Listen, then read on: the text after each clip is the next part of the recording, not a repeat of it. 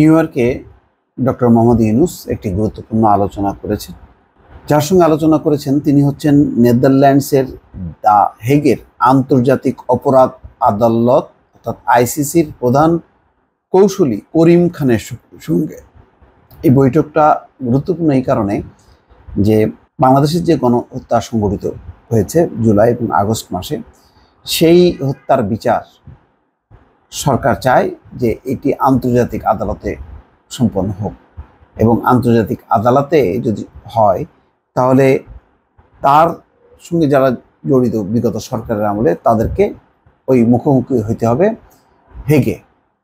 এটা দরকার এই কারণে যে এর ফলে বাংলাদেশের এই যে গণহত্যা এটা যে সংঘটিত হয়েছে শেখ হাসিনার শাসনামলে, এটা প্রতিষ্ঠিত হবে, বিচার হবে, এবং এই বিচারটা যদি হয় আন্তর্জাতিকভাবে বুঝতে পারবে যে শেখ হাসিনার শাসনামল কত নিষ্ঠুর ছিল, কত স্বৈরতান্ত্রিক ছিল, এবং এর থেকে যাতে সারা বিশ্ব একটা শিক্ষা নেয় বিচারের মধ্য দিয়ে, এবং এই ধরনের শাসন ব্যবস্থার যদি কেউ করে তাহলে তারা যাতে আর সাহসী না হয়, এই কারণে তার একটা সুবিচার দরকার, দৃষ্টান্ত দরকার।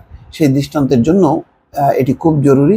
যেটা দেখেন ডক্টর ইউনূস জাতিসংঘে গিয়ে কিন্তু বলেননি, এবং তার প্রধান যেই প্রসিকিউটর তার সঙ্গে সাক্ষাৎ করেছেন। খবরে বলা হচ্ছে নেদারল্যান্ডসের দ্য হেগের আন্তর্জাতিক অপরাধ আদালতের প্রধান কৌশলী করিম খানের সঙ্গে বৈঠক করেছেন বাংলাদেশের অন্তর্বর্তী সরকারের প্রধান উপদেষ্টা ডক্টর মোহাম্মদ ইউনূস।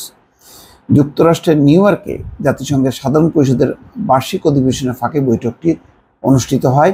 বাংলাদেশের অন্তর্বর্তী সরকারের প্রধান উপদেষ্টার ভেরিফাইড ফেসবুক পেজে দেওয়া পোস্টে এই তথ্য জানানো হয়। তাতে বলা হয়, বৈঠকে রোহিঙ্গা গণহত্যার অভিযোগে মামলা নিয়ে আলোচনা হয়। এছাড়া বাংলাদেশে গত জুলাই আগস্ট মাসে গণ অভ্যুত্থান চলাকালে যে গণহত্যা ঘটনা ঘটেছে সেসব ঘটনায় অপরাধীদের বিরুদ্ধে মানবতা বিরোধী অপরাধের মামলা করার উপায় ও পদ্ধতি নিয়ে আলোচনা হয়েছে। তার মানে হচ্ছে যে এই আলোচনার অর্থ হলো যে বাংলাদেশের সংগঠিত এই গণহত্যাটা আন্তর্জাতিক অপরাধ ট্রাইব্যুনালে এটা মানে পৌঁছাবে বা নিয়ে যাওয়া হবে, এবং তার পদ্ধতিটা কি, উপায় কি, সে নিয়ে আলোচনা হয়েছে। এটা খুবই গুরুত্বপূর্ণ বাংলাদেশের ইতিহাসে, কেন বিশ্বের বহু দেশের ইতিহাসে এই ধরনের নারকীয় ঘটনা ঘটেনি। বলা হয় যে 69 পর্যন্ত যে গণঅভ্যুত্থান হয়েছে এবং বিভিন্ন আন্দোলন হয়েছে, সেখানে 36 জন ভাষার আন্দোলন অর্থাৎ ভাষার অধিকার প্রতিষ্ঠার জন্য আন্দোলনে 12 জন। এই ছিল পাকিস্তান আমলে এই অঞ্চলের আন্দোলনের পরিণামে মৃত্যুর ঘটনা। কিন্তু শেখ হাসিনার আমলে শুধু জুলাই আগস্টে মারা গেছে প্রায় 1000, এবং 2 থেকে 3000 আহত হয়েছে। আর 15টা বছরের যদি ধরা হয় তাহলে তো অসংখ্য। সেটা বাদ দিয়েও অন্তত এই সাম্প্রতিক সময়ে যেই নিরাপত্তার বাহিনীর হাতে মারা গেছে শেখ হাসিনার সরকার বা শেখ হাসিনার সরকার প্রধানের নির্দেশে, এটি অকল্পনীয় ব্যাপার। তো এর এত বড় একটি গণহত্যার বিচার দেশীয়ভাবে যদি সংগঠিত হয়, অনেকে আঙুল তুলতে পারেন যে এটা মানে বিচার সঠিক হয়নি, একতরফা হয়েছে, এটা সঠিক না, এটা নির্ভুল বিচার হয়নি, অনেক প্রশ্ন উঠতে পারে।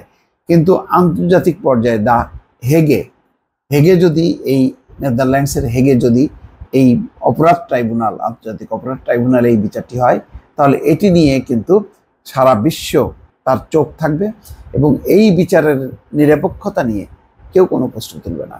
তো অন্তর্বর্তী সরকারের চেষ্টা যে এই বিচারটাকে আন্তর্জাতিক এই অপরাধ ট্রাইব্যুনাল অর্থাৎ যেটি হেগে আছে সেখানে যাতে অনুষ্ঠিত হয়, এবং এটা যদি হয় এটা একটা বিশাল একটা সাফল্য এবং ন্যায় বিচার নিশ্চিত হবে, এবং একই সঙ্গে স্বৈরশাসকদের মুখোশ সঠিকভাবে বিশ্বের দরবারে উন্মোচিত হবে। দর্শক ভালো থাকবেন, আল্লাহ হাফেজ।